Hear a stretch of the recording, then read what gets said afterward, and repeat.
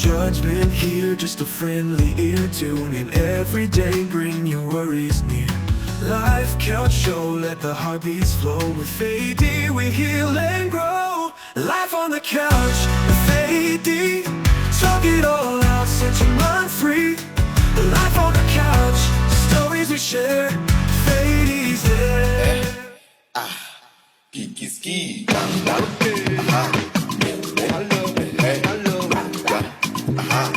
Hey everyone, and welcome to today's episode of Life Couch with Pastor Dee.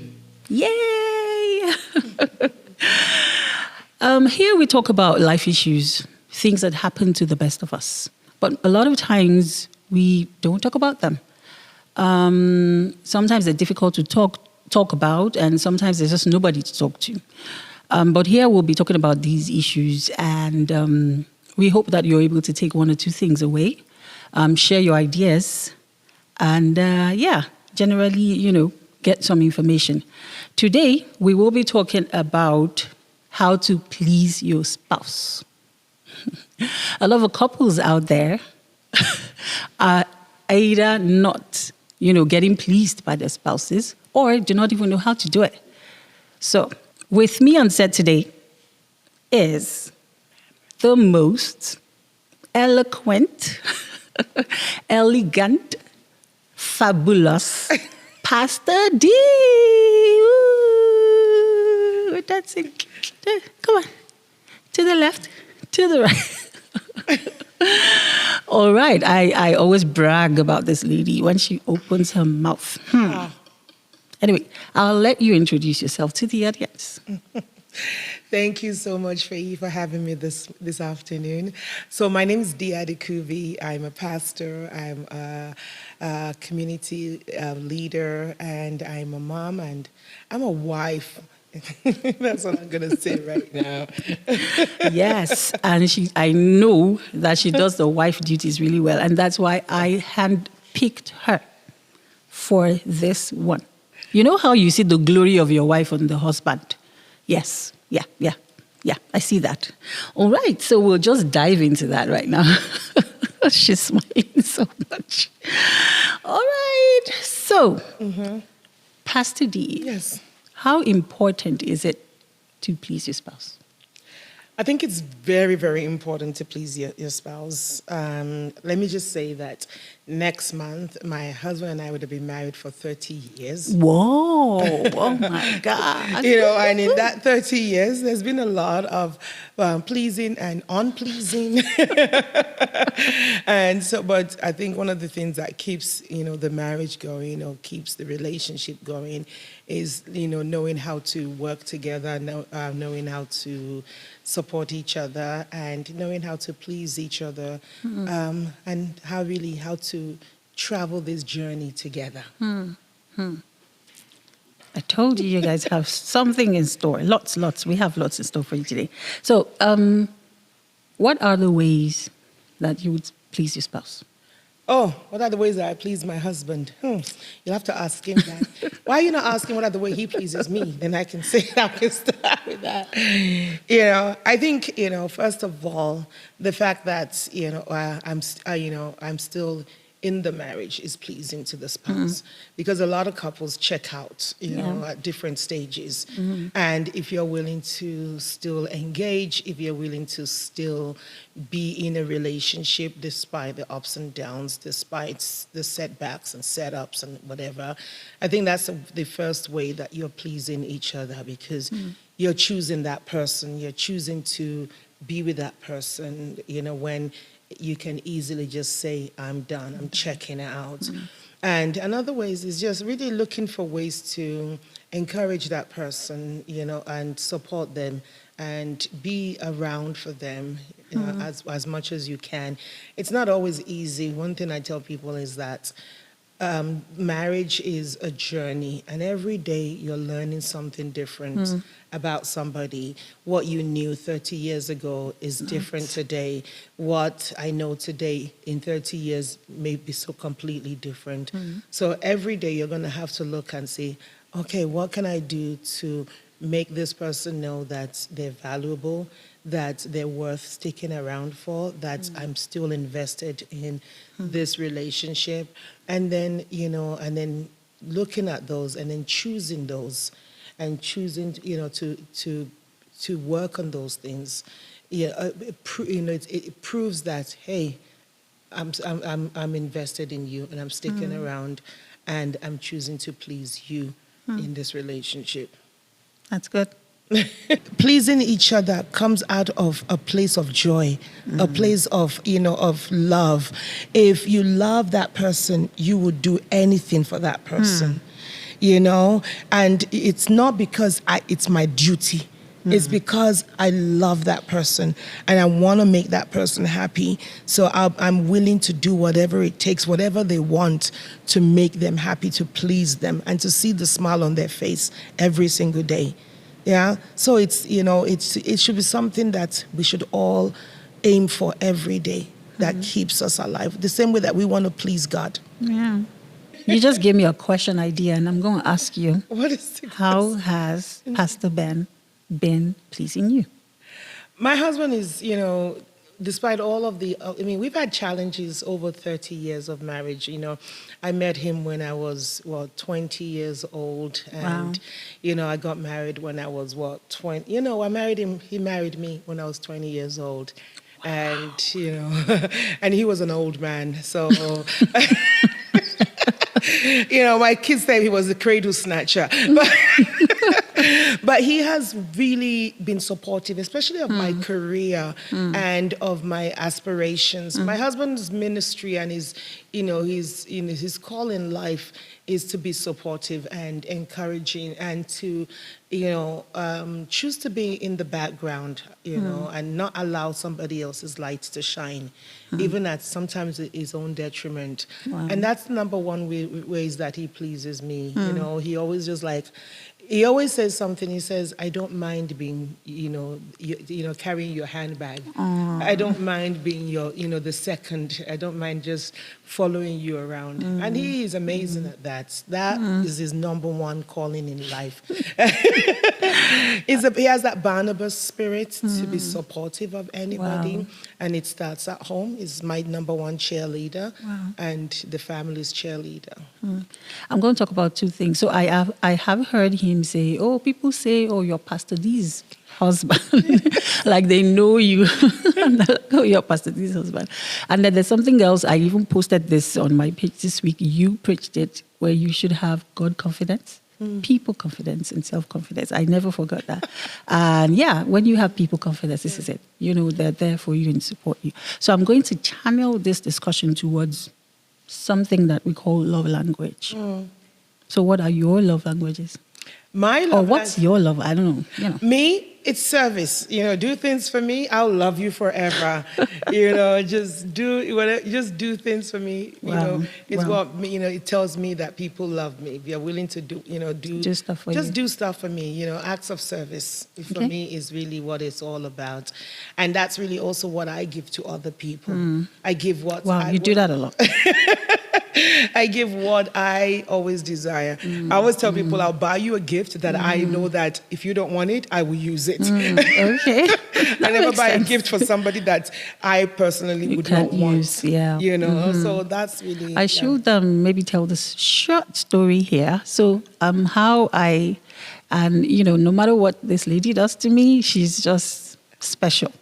Because my first song...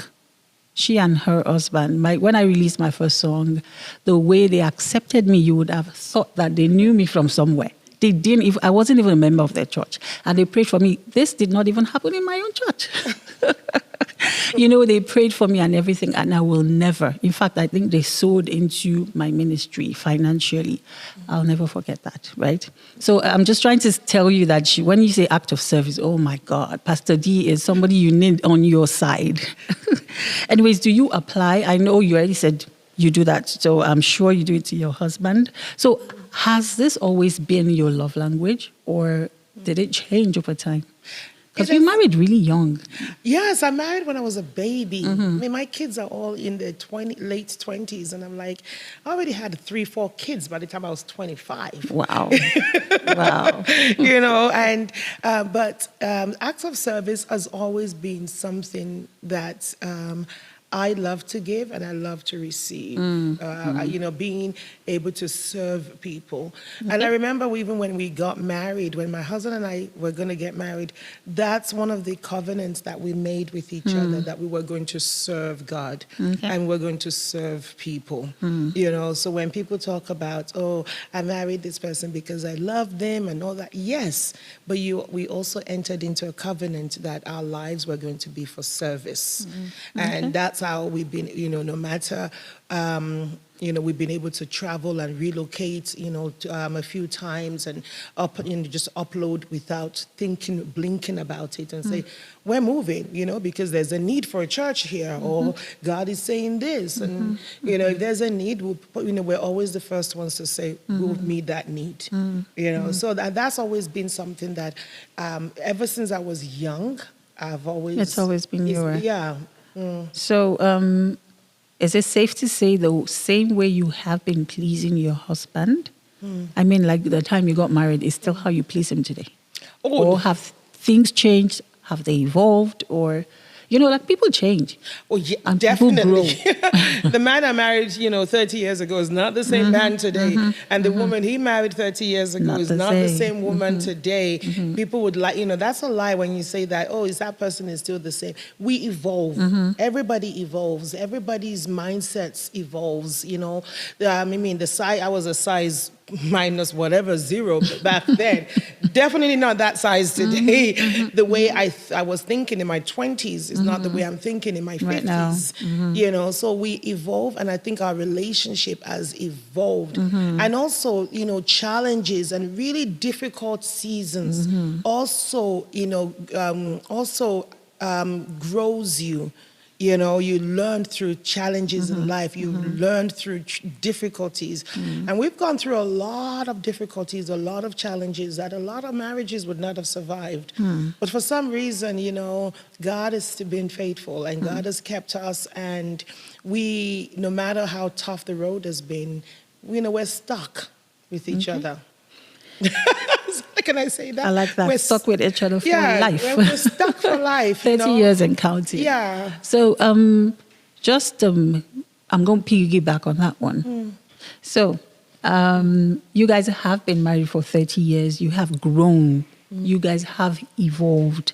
Is it the same way you used to please him that you please him now? And if things have changed, how have you learned, you know, to change how to please them over time?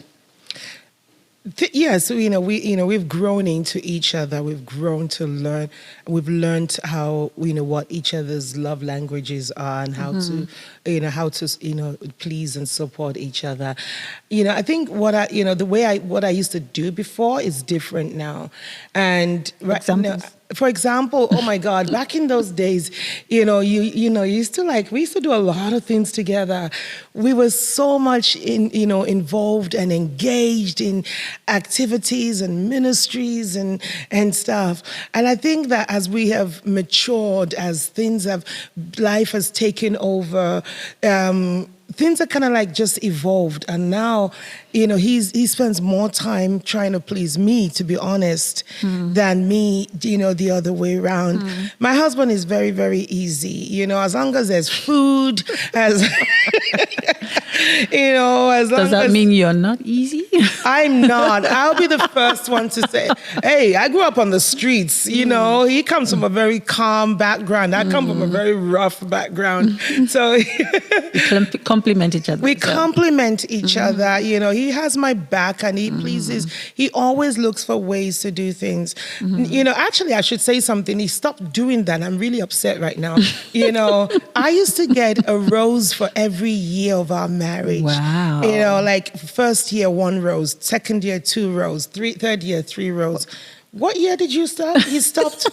You don't even remember. Yeah, I'm like, but then I thought, you know what, roses became expensive, and you know, and then it's stopped. I'm really eating that. What about the synthetic ones?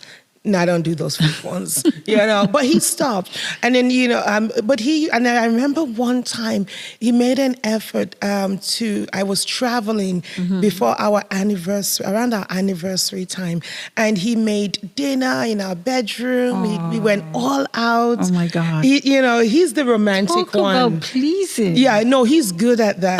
Can you please get him to come? Yeah, no, but he's very, very good at that. Wow, That's one. wow. He has straight A's when it comes to stuff like that. I'm just the one that just sucks and sucks and sucks, and that and then I try. I think for me, it's to make sure that I support him with ministry.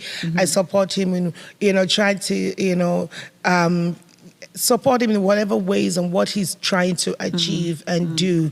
But when it comes to all of those, flowers and chocolates and all those romantic stuff. And do you think that has helped to keep you guys together? Yeah, because nobody else is going to give me flowers. No, he's the only man that gives me flowers.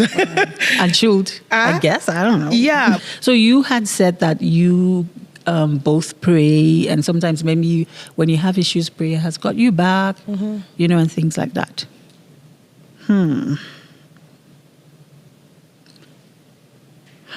Okay, let me start with this question.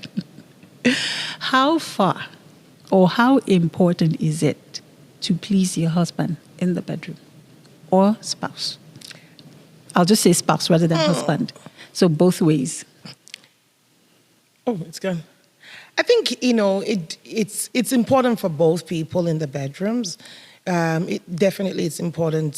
Sex in marriage is very, very important.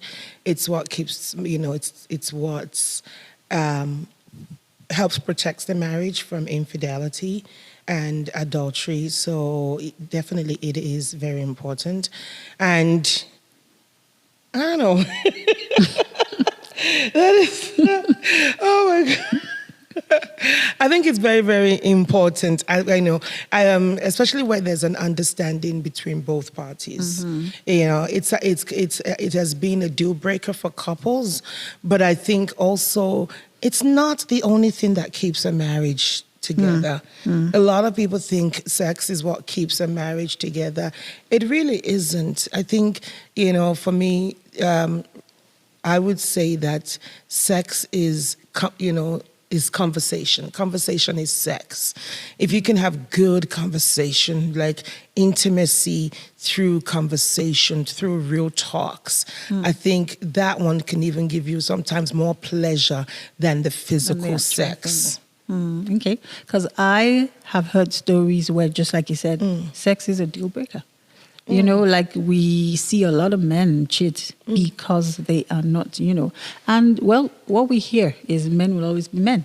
And some men want sex. And sometimes they want it with, just their wives. But if their wives are not able to please them, you see that they step out. It's if you really want to go deep down, it's never about the sex. It's because they're not satisfied in the marriage, and it's not just the sex. There's other components to it. Yes, and some people will now use that. Oh, she's not good in bed, and then leave. I work with a lot of couples in my line of work, and I've seen where couples are not even able to have sex. Maybe because of medical conditions or long distance relationships, couples that work away, live apart. But their marriages are stronger than those who live together, who have sex all the time. I think, like I said before, that commitment to each other, as well as that intimacy.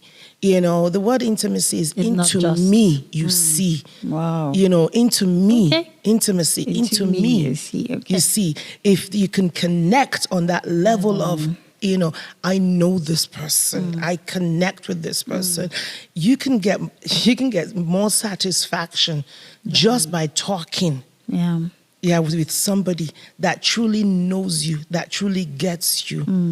Than without even thinking about the sex. Because what happens when a spouse gets into an accident, and they're paralyzed? Nothing can happen, You understand? or that medical conditions.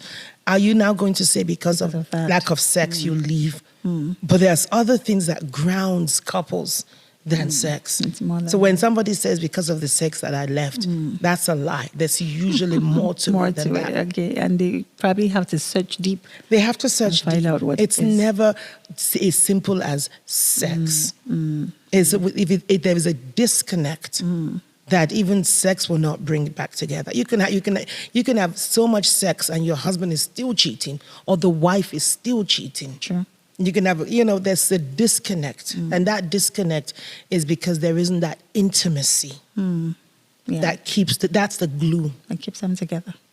Okay, I was going to ask, is there a boundary? Is the way you're looking at me? Oh, okay. Is there an extent as a Christian that are there boundaries to how far you should go in the bedroom Gosh, no. in terms of pleasing your spouse? Gosh, no. So Everything from head to toe. Oh my belongs God! to Like you. what? You know what? I am a person that when couples are getting married, I give them baby oil. You know, What do we do with that? baby oil, because you don't need anything else. You don't need lingerie. You just need baby oil, because by the time you anoint them from head to toe, and then you work your way from the head to the toe. Yeah. Oh, because when you're new in the marriage and you're getting to know each other, you also want to get to know the body that God has given to you, and That's serious knowledge. God has given you that body. Yeah, that body belongs to you. It doesn't belong to anybody else. Okay. That and you should be able to understand that body from head to toe. Let me just put it this way. If something happens and the spouse dies and they're not able to identify the spouse, they will look for certain marks or certain things on the body. Yep. And if you didn't know that your husband or your spouse had a birthmark on the back of them because you've never worked explored that body, how are you going to identify it? I think when one of the gifts that God has given couples in marriage is the ability to own the body. That Bible says that the body is not yours. It belongs to your spouse. And I think that from the onset you need to lick your way from head to toe. Lick your way? Did I hear that? Lick your way from head to toe. Suck your way from head to toe. Oh my God. Explore everything. It's yours. You earned it. Yeah, God gave it to you. It. God knows, and Wow. we should not be ashamed. Okay. We should never be ashamed, right, to talk about sex in the church, in Christendom, because that's where God instituted it and says, and if what happened is the world diluted what is pure. And people saying, when they want to have sex, we put the lights off, we go under the duvet and everything is dark. I'm like, what the heck? How do you know what is there to explore? How do you know the birthmarks? How do you know the... my pastor's wife in Nigeria, she's also a pastor. So, there was a time we were having this conversation. I was like, she would love for, you to have a mirror up there and then you can see whatever you're doing, and that really sounds exciting. So I'm going to ask you a direct question. How do you keep it exciting in there? You have been married 30 years. One person. It's, what do you do? And I see you glow. I see your husband glow. So there has to be something. We want to learn. Oh, Father in heaven, hallowed be thy name. I think when you have good sex, oh my God, it's good. And all the things that you hear about and you see, you shouldn't be afraid to practice them in the bedroom because that's the safest place to practice them. Yeah. Whether you want to be the doctor or nurse, whatever, or the fireman and Role play. I think we have to, we have to. And I think it's also important that, that in that sexual relation, that sexual encounter, that you please each other, you listen to each other, you listen to, no, don't touch there, no, eat here, no, suck here, whatever. You have to. Don't just, because if you don't, then you're not going to be, you're not going to be pleased in the bed. Yeah. And if you're not pleased in bed, then you start fantasizing about, what's happening outside. And I think that's really also another reasons why people start to explore pornography and all of those things, because they're like, oh, I want to have sex there. Or, just one way. God is not just one way God. This is, so I hear you, but a lot of people, like in the Christian community, how do we learn? How do we even know these things? Are you? Would you say that it's okay to watch pornography? No, definitely not. But there are, I have a friend. Their ministry is sex. That's only they teach Like couples. That's they teach couples about intimacy and sex and how to please each other. That's a gift. We don't bring those kind of couples to churches and say, "Come and talk about." But don't you think we things. should? We need to do because that's what there's a need for those kind of conversations. That's a healthy way. Yes, and we people. shouldn't also be, we shouldn't get too holy and said, holier than thou. That you should not do this in the bedroom. You should not do. Who knows what you're doing in your bedroom? I know. Whose business is it what you're doing in your bedroom? As long as it's between you and your husband, why does your pastor need to tell you what to do in your bedroom? And how does a third party come into that? You know the desires God has given you. As long you know what your spouse knows what they want. Your job is to say, okay, how can I make my spouse happy so that he will never look outside? He would never have a reason. And also, sex doesn't just happen in the bedroom. A lot of people forget that sex starts from the morning. From when you wake up in the morning to the way you look. Who's attracted to someone that's just always looking drab all the time? They don't fix their hair, they don't do makeup, they just, I have 5 kids, and so what? At least you have 6. Yes. And you look this good. Hey, no listen, excuse. Nobody's going to outdo me. And you know what? And it's just being able to say, hey, this person must continue to chase me till death till we die. Yeah. The day you stop, you stop looking good for yourself and also to make sure that you are still attractive to somebody, you're going, that You means have to work. You need Put to, in the work. Yeah. And it's not about weight. It's not about, it's about packaging yourself for yourself and for others to admire you, especially your spouse. Yeah. So I hope you guys have been listening to all the gems. To please your spouse, you need to listen. You need to listen. Some people don't listen, actually. You need to listen, or you feel like, oh, I know what I'm doing. You need to listen. I just need to emphasize that. We do. Have you ever found, or was there ever a time that you were not attracted to your husband sexually, or you felt like, maybe a season or something? Oh, of course, yes. We go through, life is seasonal, and there's some days that I'm like, no, man. My husband knows. I admire fine people. I'm not talking about one day. I'm talking about a year. Season. Like a season. Okay. A season can be a week, a month, a year. It depends on the individuals, right? And my husband knows that, I like fine things. I like fine men. And if I see a man that looks good, I will tell my husband, that guy looks good. Hey, you better be careful. Wow. No, I think once you talk about it, I'm not afraid to have certain conversations. I like, especially when somebody's, and I see him sometimes, he'll go to the gym and keeping him on his toes to try and make the effort. Overall, there are seasons in life that you just don't want that person touching you. You're having problems, and a touch is not going to fix it, and sex is not going to fix it. And when you have those seasons, you really have to go back and really evaluate your relationship and see where the holes are, see where the problems are, and then try and work it out, or just listen. Let time, just allow time to have its way. But if somebody tells you that, every day, every year for the last 30 years I have been attracted to him, that person is a liar. Because there are some seasons that you don't even like the way you yourself look. And you're like, this season, there's a season in my life I look so ugly. I feel overweight. I feel this. So how much more somebody else? Yeah. But then, God has a way that after that season is over, that winter season, the spring comes and that person looks fine all over again. And you're like, chai. Relationship is seasonal, just like the weather. So how do you manage when most of the time, maybe both of you are not in the season at that time. The other person feels frustrated. How do you manage that?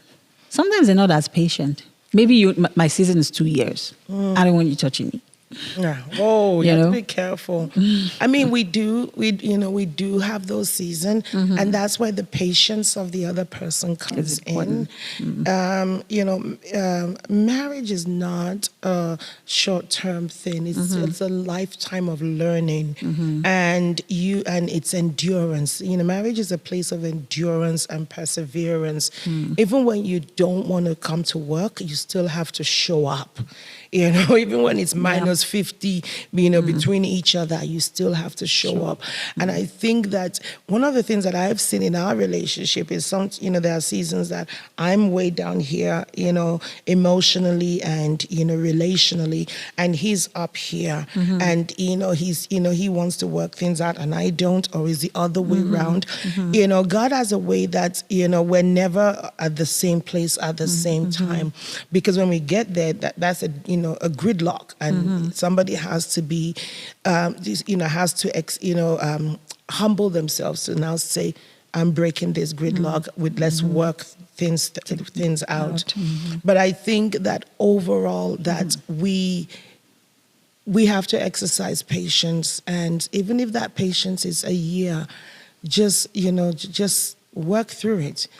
I'm not the most patient person, but and sometimes I just don't have that endurance. But I know one thing. I know that as a child of God, I truly believe in the God that I serve. That when I feel like checking out, God will just stay. And I'll wait. Or when He feels like checking out, God will just tell us, just stay individually.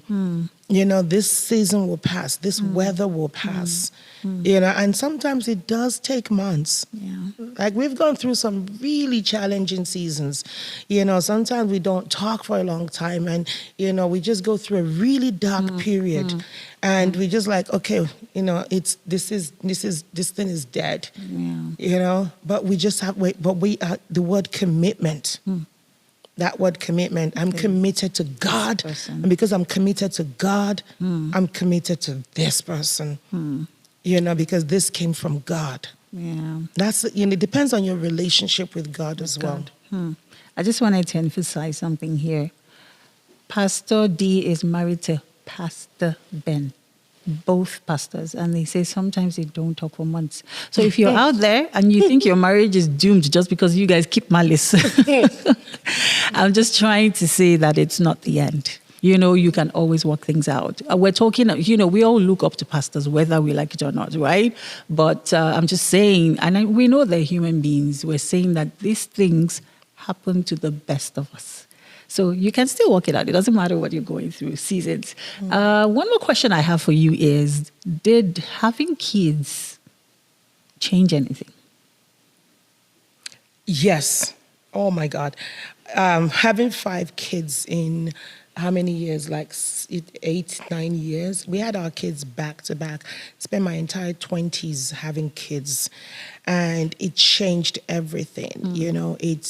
It grounded us, we were like, oh my God, we've got kids, whatever we're doing, this relationship, the kids at the center of it, and trying to make sure that we did right by the children as well.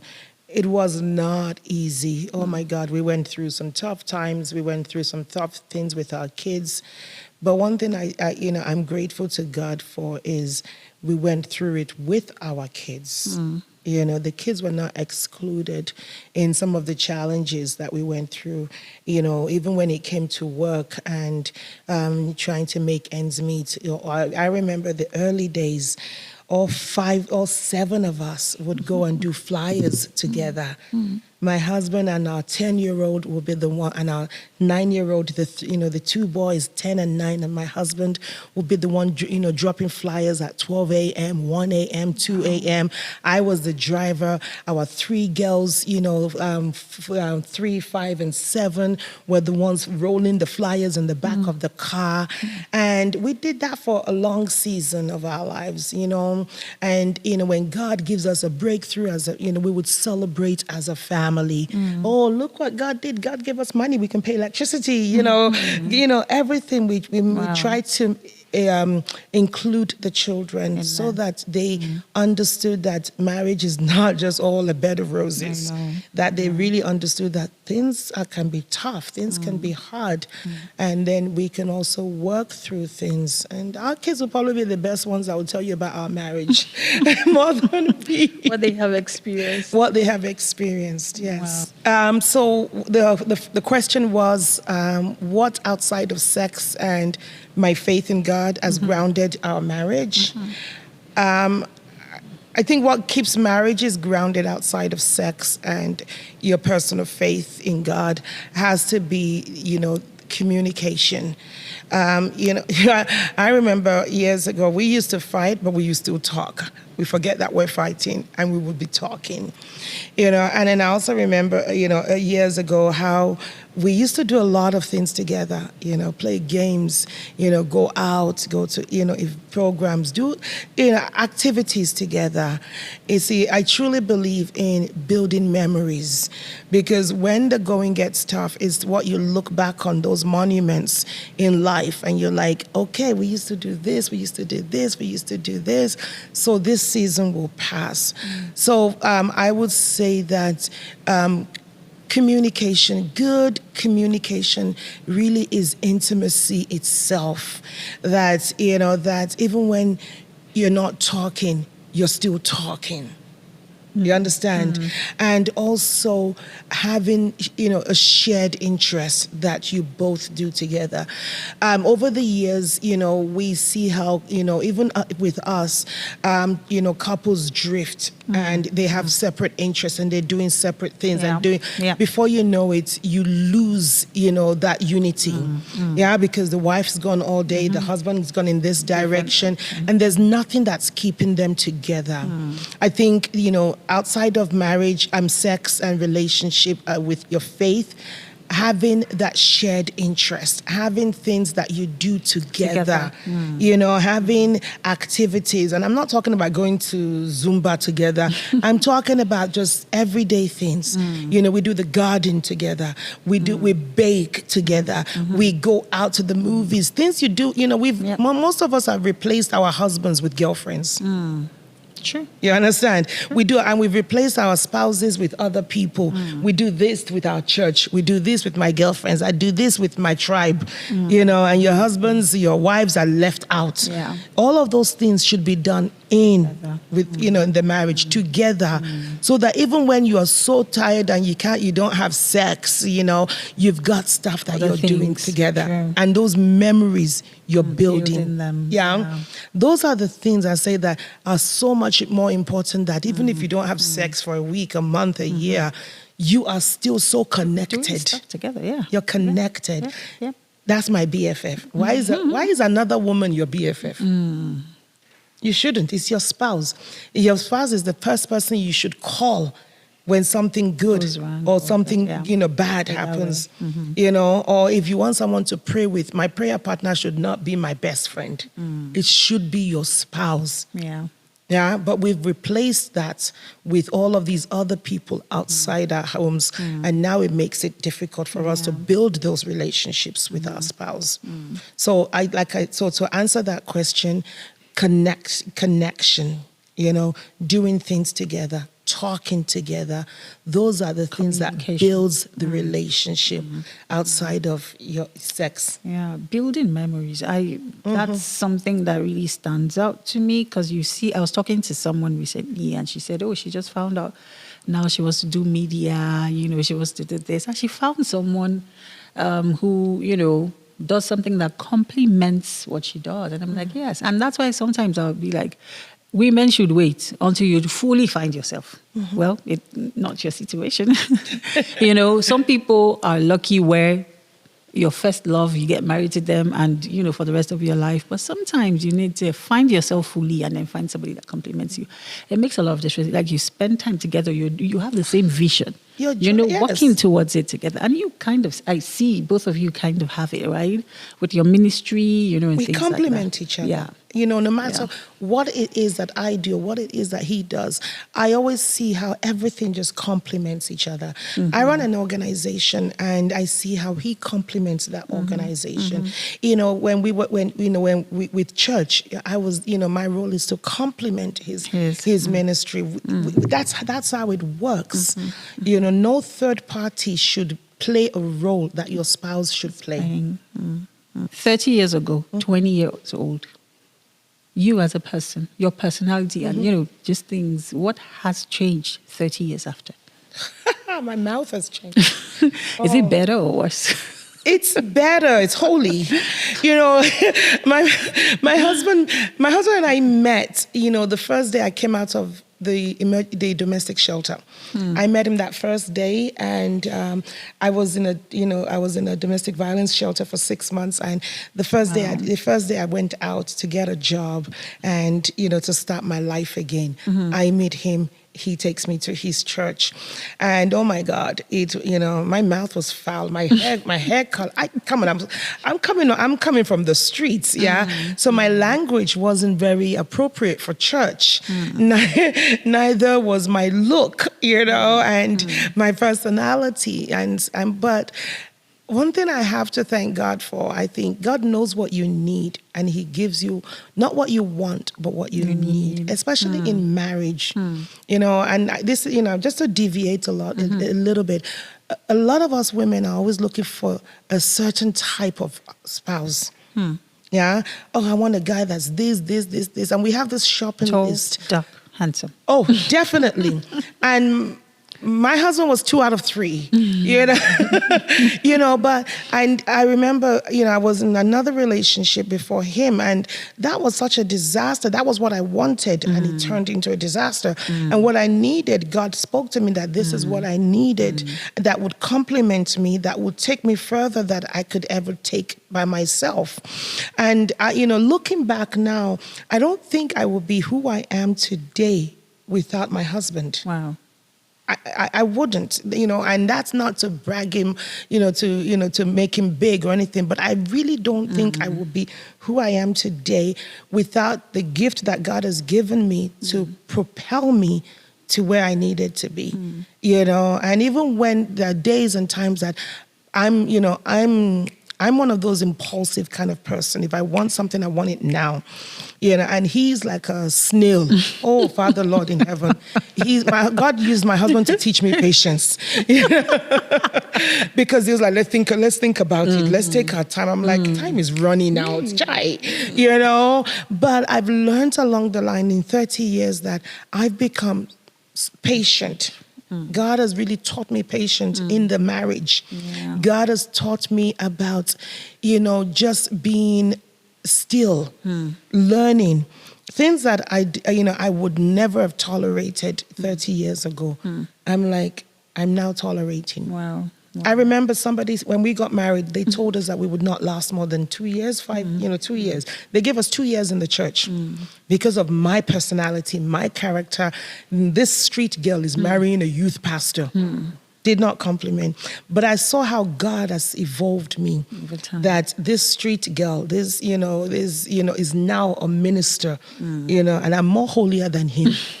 Oh, yes. Okay. And I'm more religious than him, so how the table has turned. That now look at the person that they said would never.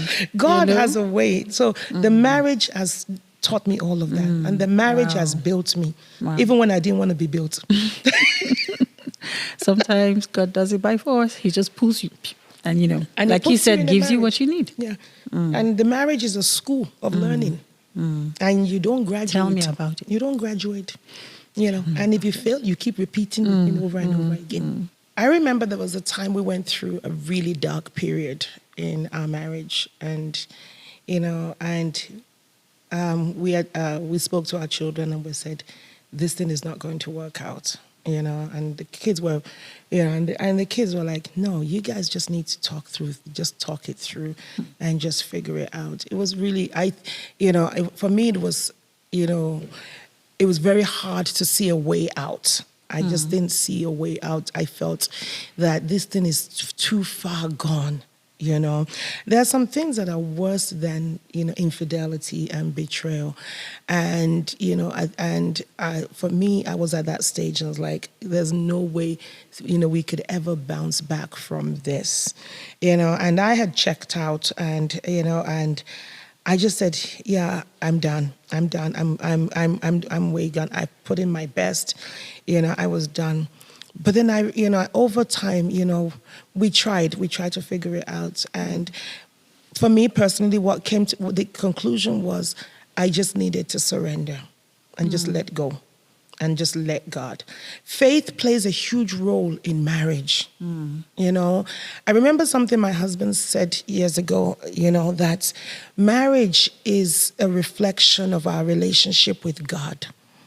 And, so the way we are in our marriage is how we are in our relationship with God, and so I just said, God, I just needed to let go and just forgive and have faith and get to the place of, okay, we can figure this thing out. It wasn't easy. And I deal with marriages every day, I work with couples every day, and then I felt like I was going through my own dark period, and then God started bringing other couples who were going through the same thing, and then I'm giving them solutions.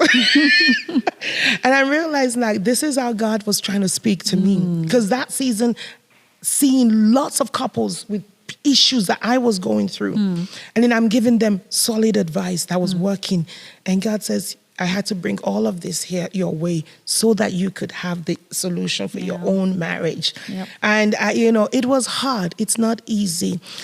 Sometimes you do have to check out. You do. And checking out and ending in divorce does not mean that anybody is going to go to hell or that God still cannot bring couples back together. Yeah. If a couple, feels that they cannot come back, they can't find a way out and they've tried everything and it doesn't work out. I always tell people it's okay. You can still be amicable. You can still have a relationship and just respect each other. And I've seen where God has brought back couples that have divorced and remarried. Wow. Yeah, it's, I believe in the God of impossibilities. They realized that, okay, oh my God, that season we just we weren't mature or had the tools to fix it, to work it out. So we checked out, we went separate ways. They got the help individually. They saw that the grass wasn't greener on the other side. And then they came back together gradually and their marriages are stronger. Sometimes that's what you need. Sometimes you need a break. People don't allow people to take breaks. If you don't have that break in marriage to go away for a while, figure things out for yourself and then come back, you're going to kill each other. Yeah. You're literally going to kill each other. So I'm okay for people taking time away to go and sort themselves out and really working on themselves. And then if it's, if it's repairable, it can be repaired. And if it's not repairable because both of you just don't have the ability within you to, then it's okay to say we're going our separate ways. Yeah. Let's, whatever decision couples make, I think that, God will still show up for them. Yeah, either way. And I always say, if somebody says they don't want to be with you, there's something better. There's always a replacement for when somebody says they quit, they don't want you. Yeah? So don't think that your whole life is just one person. God is not the God of one. Yeah? For everyone that says, I don't want, there's somebody that will now love you 10 times more. That even, and that person will now say, so this girl can look this good. How come you didn't look good when you were with me? Well, you didn't give me the environment for me to look good. True. So one of the issues in marriages that I find is that, couples come in with, gender roles and gender biases. Oh, the husband is supposed to be the breadwinner. The husband is supposed to be the head of the house, the spiritual leader, all of those things. Those things are not in the Bible. Those are just cultures, things that we were told had to happen, but it was never God's intention. And I've never been that kind of a person. I'm the kind of person that I'm a go-getter. I can do a lot of things. My husband is a wonderful man that cannot do as much as I can because he was protected. I remember when we first got married. Cooking was not his skills because he had never cooked, and I had lived by myself for many years. I knew how to change light bulbs. I knew how to do all these other things. So I can, now coming and saying, oh, you need to change the light bulb. Why? I can do it myself. And, we have, expectations in marriages, even before we come in, that we set ourselves up for failures, because we put so much burden on the spouse that it's your role to do this. And if you don't do it, you're not a man, you're not a woman. If it's, those should never be. It's, marriage is 100% each, not 50-50. 50-50 means you only put half an effort. So the other half you check out with in case it doesn't work out. But if you put everything into it, and you both, support each other. There are some things that I'm very good at. He's not good at it. I'm not going to put that burden for him to go and learn and then frustrate myself because he couldn't do it. Why would I? I'm just going to get it done. And then I'm not also going to, allow him to put pressure on me to say, I have to do this. For us, we've just gotten on with it. We've just supported each other with it. I earn more money than him. So what? As long as the bills get paid. I remember there was a season, he was a stay-at-home dad, and I was the breadwinner. It wasn't that big of a deal. It's only when you make it a big deal and you tell other people outside, and then they help you make a big deal of it. Blow it out of proportion. Why are you putting your business out there? You put it out there because you want input. And then when you give your input, it destroys your home. Never put your business out there. Never let people know what's going on in your marriage. Oh, my husband does this. Oh, my husband is a great cook. Hey, somebody's going to tell you that's not his job. When we start to share things about our marriages outside, everybody will have opinions. So gender roles does not belong in marriage. There's neither male nor female. Get on with it together. If my husband could have kids, trust me, he would have kids. All right, guys, we have come to the end of this episode, and I bet you have enjoyed every beat of it. I told you Pastor Dee will drop gems. Just to cap it all, I'd say that please remember that pleasing each other comes out of a place of love. You get better by listening. You get better by communicating. You get better by building memories. Also, if you're going through something and you decide you want to quit, it's okay. It's not the end of the world. And sometimes all you need is a break, and then you come back better. And one last thing, don't forget to throw out the lingerie, get the baby oil. It definitely will please them. All right, thank you so much, Pastor Dee. It's been so nice having you. If you have comments, if you have, opinions to share, please add in the comment section. And if you want to talk to Pastor Dee, we'll put her details on there. Also, if you want to send me anonymous messages, if you have something that's bothering you, my contact will be there as well. Feel free to like, share, subscribe. Until next episode, thank you and bye.